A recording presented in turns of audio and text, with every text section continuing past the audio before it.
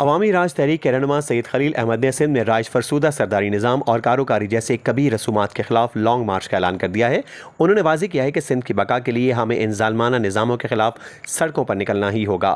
सैयद खलील अहमद ने सिंध के अवाम, तलबा और समाजी कारकुनों को दावत दी कि वो मुत्तहद होकर जद्दोजहद का हिस्सा बने और कारोकारी के नाम पर होने वाले मज़ालिम और सरदारी निज़ाम के खिलाफ आवाज़ बुलंद करें। उनका कहना था कि जब तक हम मिलकर इस निज़ाम को चैलेंज नहीं करेंगे तब तक सिंध के गरीब आवाम को इंसाफ नहीं मिल सकता। बिस्मिल्लाहिर्रहमानिर्रहीम। मुझा नौजवान दोस्तों ऐं साथियों, अज अवामी राज तहरीक के मरकज़ी अगवाननि सां गॾु असां 2 खां 3 कलाक कुछ अहम मामलन ते डेलिब्रेशन कई है। ऐं जीअं त असां पहिरियां तव्हांखे ॿुधायोसीं त हिन सरदारी निज़ाम के ख़िलाफ़, हिन कबीलाई तकरारनि के ख़िलाफ़, हिन कारोकारी के ख़िलाफ़ अवामी राज तहरीक अमली मैदान में लहंदी। जीअं असां कराची शहर के अंदर इन्हनि धारियनि खे, सिंध दुश्मननि खे, नौजवाननि जी ताक़त ॾेखारी ऐं गुज़िरियल 1 साल खां वठी करे जेका असां महिनत कई आहे उहा समूरी सिंध जे साम्हूं आहे।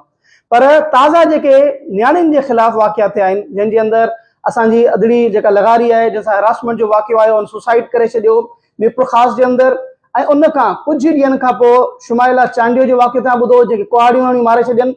उन खां पोइ असांजी भेण रूबीना चांडियो, जंहिंखे कारी करे मारण सां गॾु हिकिड़ो माण्हू अचे थो, उहो मोबाइल सां भरे थो वेठो त ॾिसो ही माण्हू मारीनि था। ऐं हिकिड़े हुजूम जे अंदरि असांजी सिंधी न्याणी खे मारे छॾियो अथनि।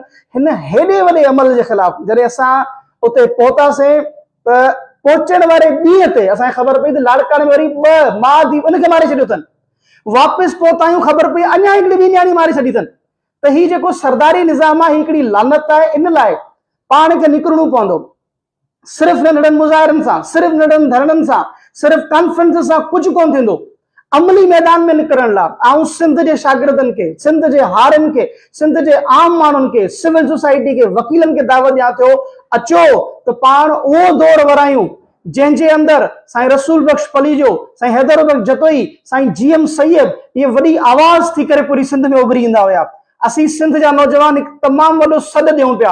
ऐं तव्हां सभिनी सिंध वासियुनि खे इहा दावत ॾियां थो, असांजो सॾु वरनायो त असीं हिन सरदारी निज़ाम खे दफ़न कंदासीं।